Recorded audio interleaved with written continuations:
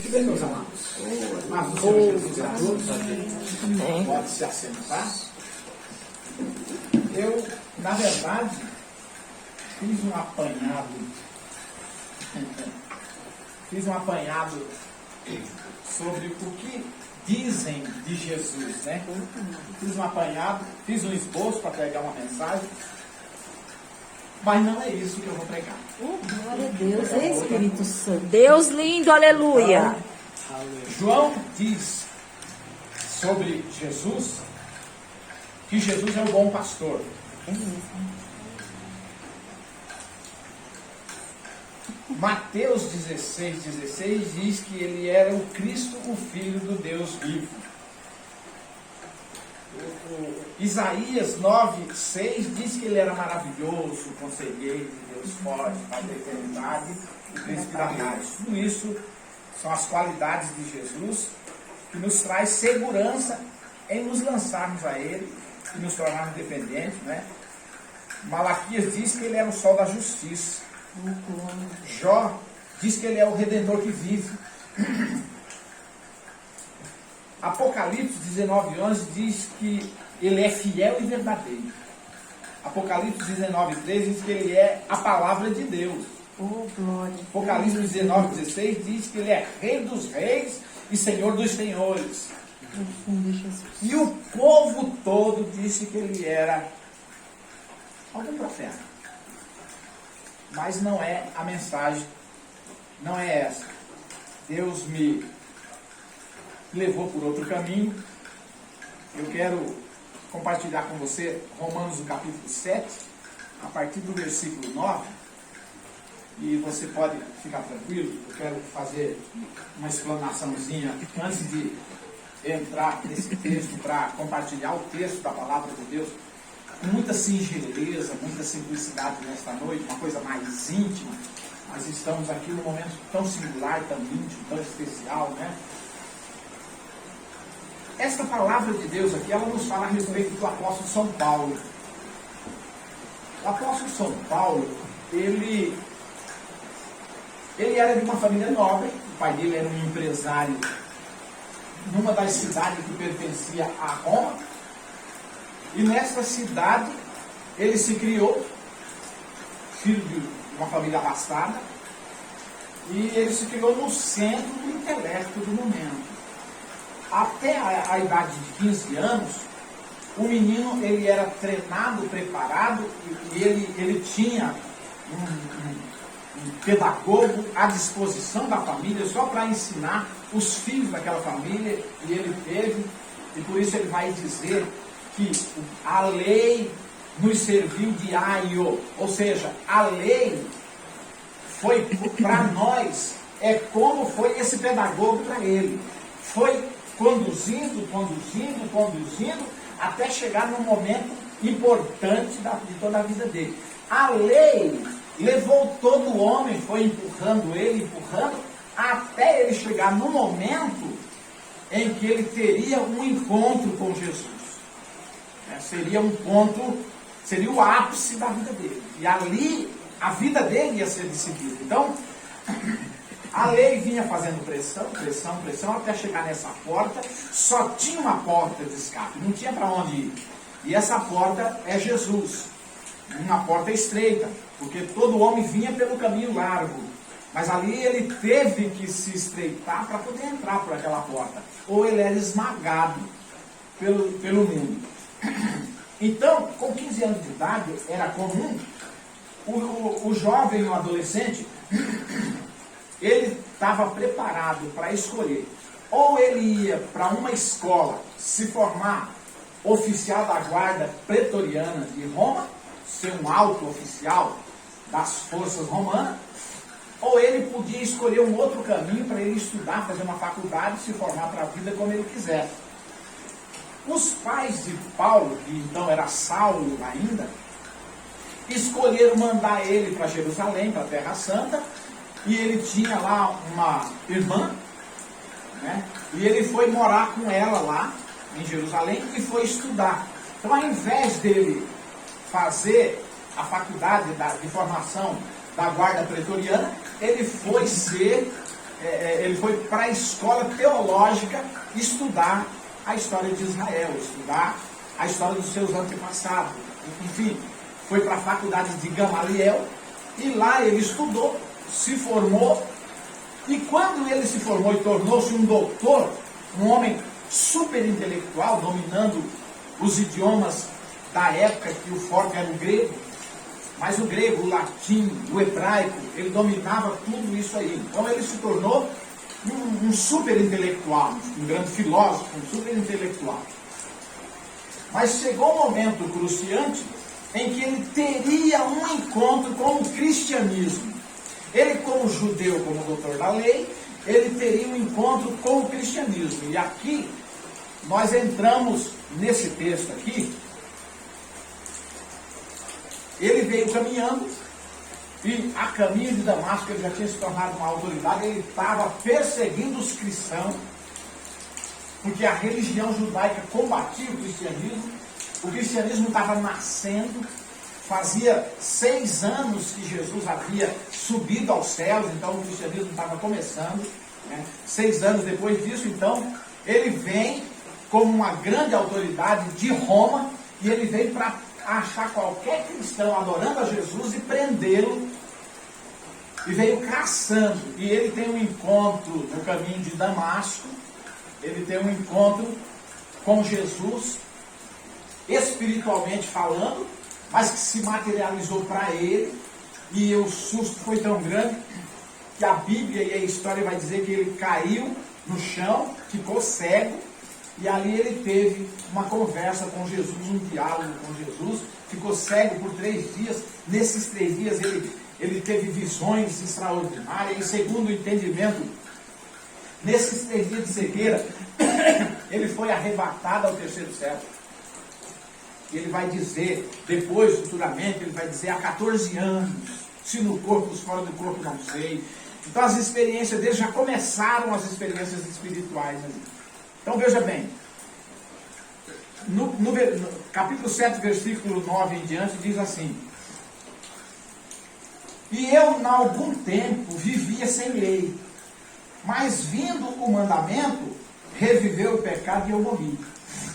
E o mandamento que era para a vida, achei eu que era para a morte.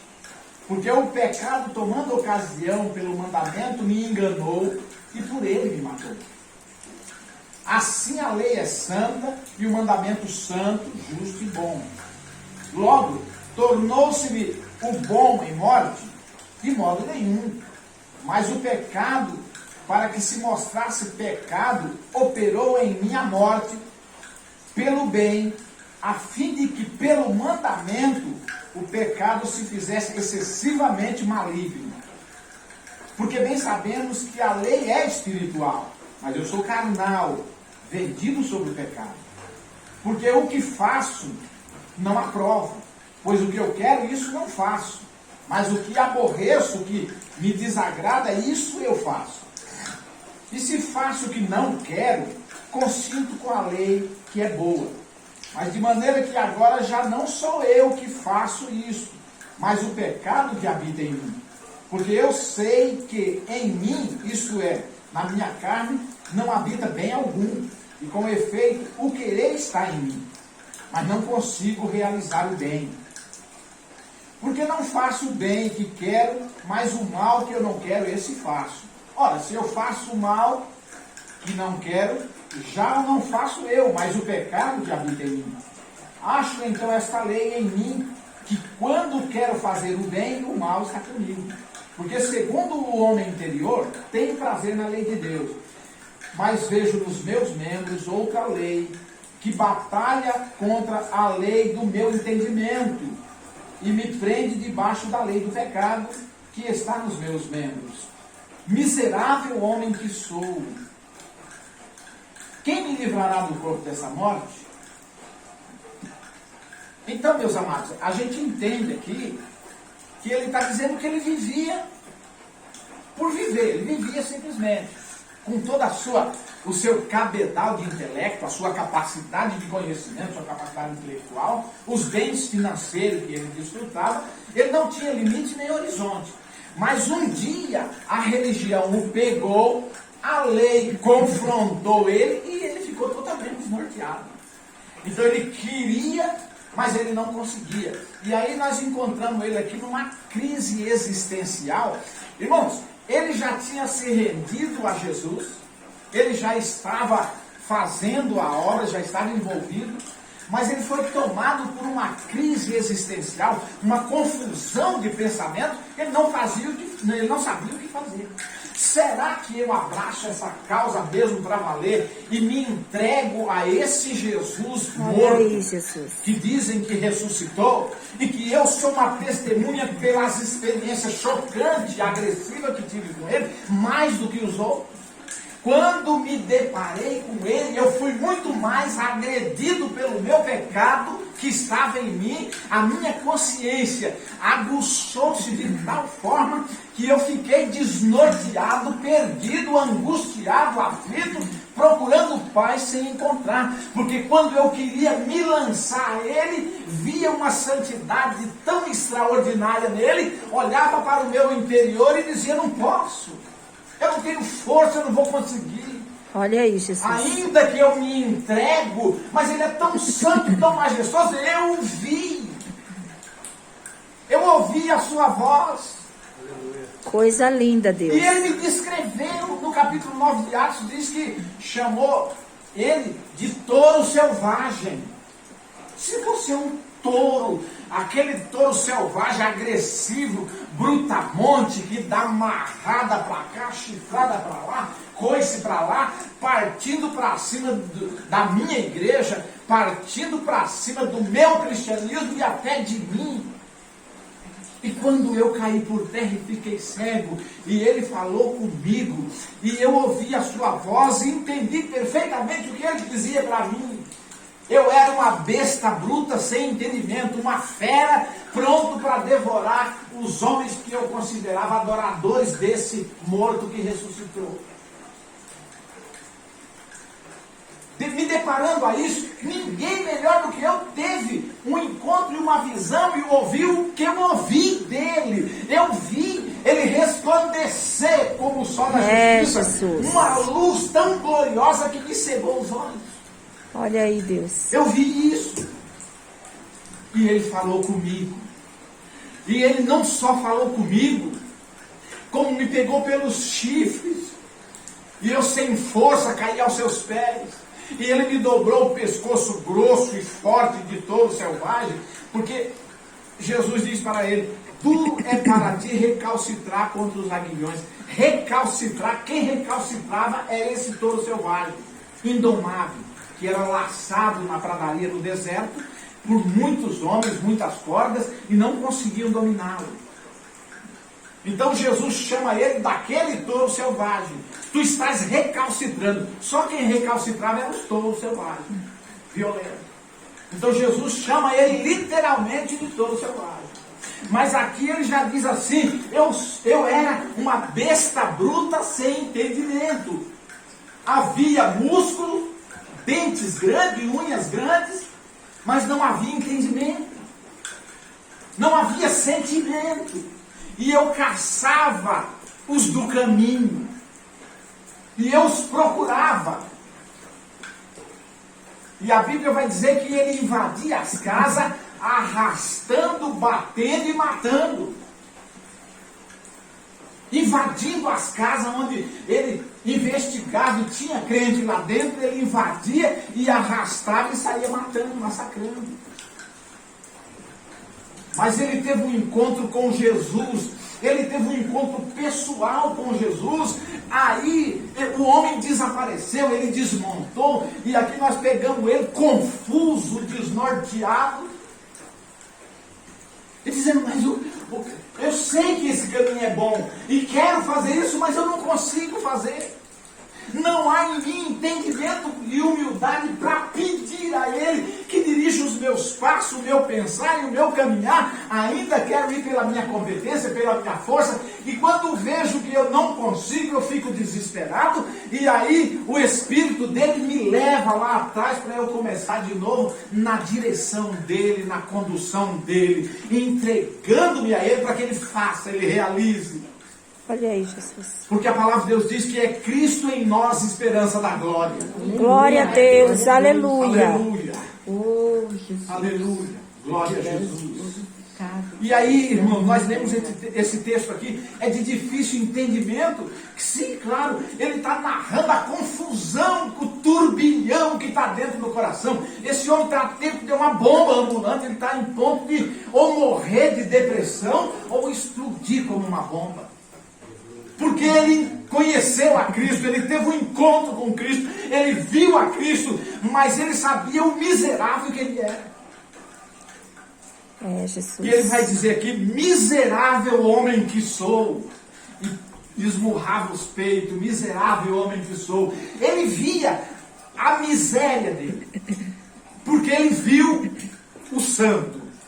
Ele viu o perfeito. Aleluia. Ele encontrou o Glória. Filho do Deus bendito. Aleluia. Aleluia. Porque ele encontrou o amor na expressão máxima. Glória a Deus. Aleluia. Porque ele se encontrou frente a frente, face a face, e sentiu as suas forças de homem se esvair, de intelectual ir embora. O seu intelecto de cientista, de filósofo, pensador, acabou-se, e ele não sabe o que pensar nesse texto. Toda a capacidade oratória, toda a capacidade de intelecto esvaiu-se, acabou-se o homem, e ele percebeu que era dependente e carente, e ele precisava se render a Jesus, definitivamente e inteiramente, fazer uma entrega total, se deixar dominar, como o rio que se deixa levar pelo declive do terreno, e simplesmente flui, simplesmente corre, e passa embaixo da ponte. Como a água que simplesmente rola. Essa é a entrega. Esse é o mistério. Eu não entendo muito bem, estou meio confuso, mas vejo que Jesus Cristo é o Senhor. Mas vejo a miséria que há em mim, a dificuldade que há em mim. É, Deus. Será que eu vou conseguir alcançar a glória que Deus tem preparada para mim? Ou será que tudo não passa de uma ilusão e eu não vou alcançar coisa nenhuma? A guerra, aquela guerra interior, aquela luta. É dessa maneira, Senhor. Será que eu vou alcançar tudo que eu já entendo e que almejo e não sei como lidar com isso? É uma questão de vida eterna, é uma questão de salvação. O Paulo nunca tinha pensado nisso como nós, antes de nos encontrarmos com Jesus, o que pensávamos a respeito da vida eterna. Se chegasse alguém em nós e dissesse, se tu morreres hoje, para onde tu vai passar a eternidade? O que diríamos nós? Então ele avalia, diz, nunca pensei nisso. Mas agora ele tem uma visão de eternidade. Ele tem uma visão do pós-vida. Ele sabe que ele vai dar um passo para a eternidade. Ele sabe que todo homem dá um passo para a eternidade. O que é a eternidade para quem não tem Jesus? O que é a salvação para o homem que não teve um encontro com Cristo, que não conhece a Cristo? Não é nada, ele não sabe nada de nada. Mas quando a palavra de Deus brada aos seus ouvidos, e ele dá crédito, a Bíblia diz assim, a própria Bíblia diz, se tu creres, tu verás a glória de Deus. Aleluia! Deus tremendo, aleluia! Para ver a glória de Deus, crê somente. Rende-te a Ele, só isso. Tu não podes fazer nada a não ser se render e deixar Ele trabalhar no teu coração, que ao seu tempo Aleluia. a obra se completa. Não entre em ansiedade, não se desespere por nada, apenas então somente se entregue a Ele. Não precisa se desesperar. O tempo de Deus virá. O tempo de Deus está chegando. Aleluia, Já chegou na tua aleluia. vida. A obra, quem faz é o seu Espírito. Eu creio, Senhor. Glória a Deus, aleluia. Glória a Jesus. Imagine, irmãos, se um crente nesse nível está confuso com todas as coisas para lidar, e nós então, os nossos momentos, muitas vezes, como são, nós às vezes nos assentamos e não entendemos nada também, ficamos confusos, inseguros. E Paulo estava inseguro, confuso, uma luta existencial, uma guerra existencial. Se não viesse um socorro tão garantido e tão seguro como o do encontro com Jesus, ele entraria em depressão profunda e se acabava em nada. Porque aqui nós vemos que ele está com um argumento até difícil de nós entendermos. E ele diz assim: eu tenho boa vontade, mas quando eu quero, e o que eu quero não faço, não consigo fazer. E vem um e me fala uma coisa, vem outro e me fala outra coisa, mas não me basta, eu estou procurando algo mais consistente.